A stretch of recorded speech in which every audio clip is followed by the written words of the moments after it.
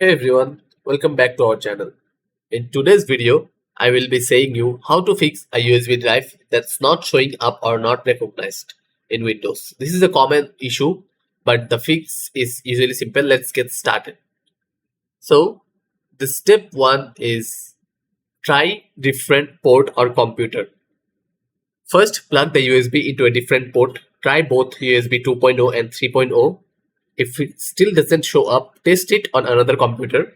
If it works elsewhere, the issue is likely with your Windows setup. Then next you can do is restart the system, remove all USB devices, restart your computer, and then try plugging the USB back in one at a time.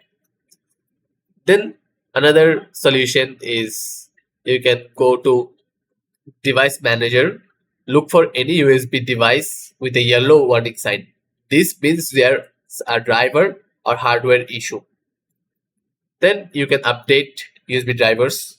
To fix this, right click the problematic device and select update driver. You can let Windows search automatically or pick a compatible driver manually. There's an optional step, disable USB power saving. If your USB drive keeps disconnecting, go into power management settings and disable the allow computer to turn off this device. And that's it. Your USB drive should now be detected in Windows. If this helped, give it a like and subscribe for more quick tech fixes. See you in the next video.